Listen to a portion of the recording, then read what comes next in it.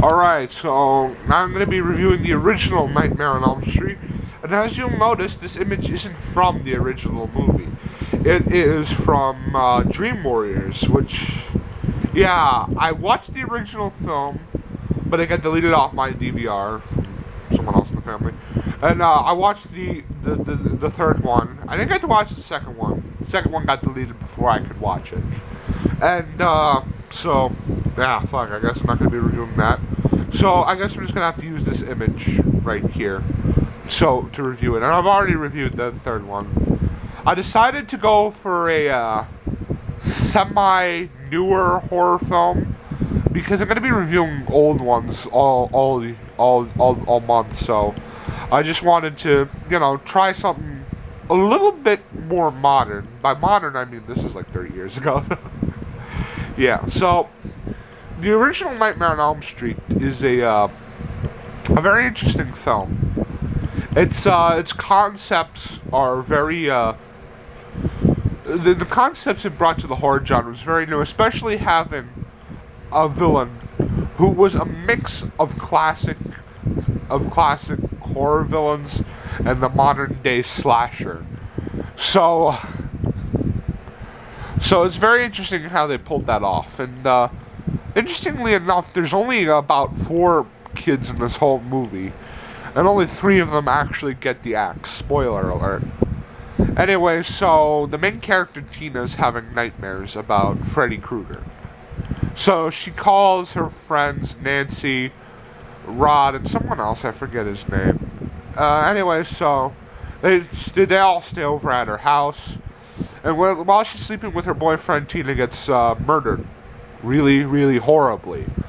Anyways, her friend Nancy starts having visions and doesn't want to go to sleep. Rod is blamed for the murder, but is eventually killed by Freddy Krueger in prison.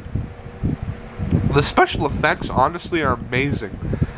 Even when something is moving by itself, I gotta admit, a lot of it was really impressive. Freddy Krueger is a very interesting villain, and I'm glad they chose an actor like Robert Englund to play him. So, a lot of his lines are very cryptic. He's got none of that comedic edge. Like, this is your god, and cuts off his fingers or something like that.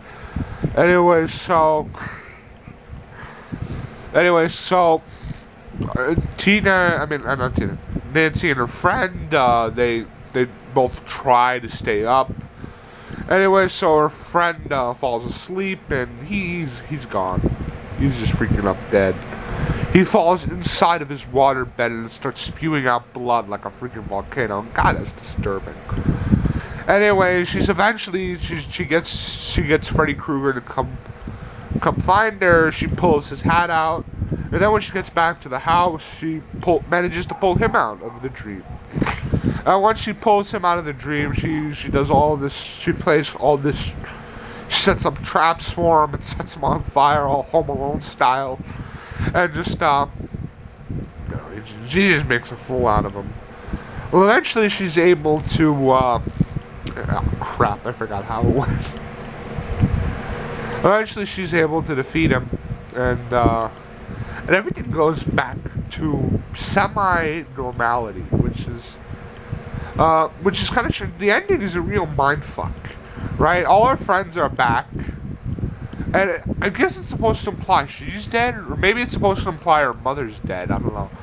Anyways, her mother is grabbed through the window by Freddy's arm, and the car has his shape. It has his stripes on it. So yeah, maybe I'm guessing.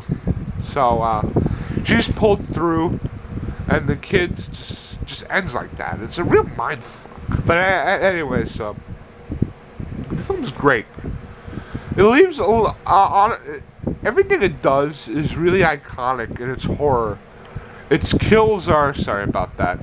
I'm recording off my TV screen. Remember, everything it does is really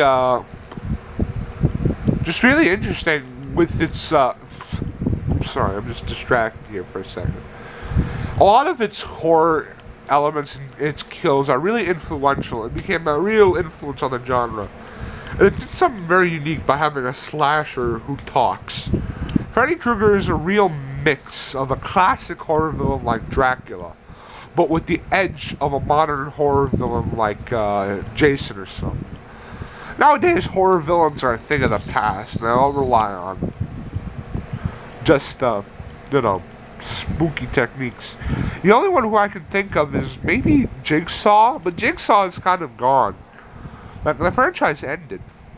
Unless you count that new one, but I don't think the new one's going to be as successful. A lot of the horror villains are getting rebooted this year. Leatherface is getting his own prequel movie. And I heard there was something about Michael Myers, but I don't know if that's this year or next year, which is sad because I'm a huge Halloween fan. Anyway, so honestly, if you haven't seen Nightmare on Elm Street, go freaking see it. Go. It's one of the most iconic 80s horror movies of all time.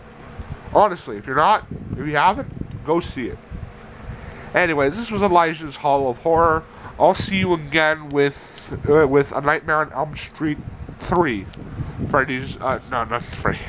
Dream Warriors. I really gotta start scripting these.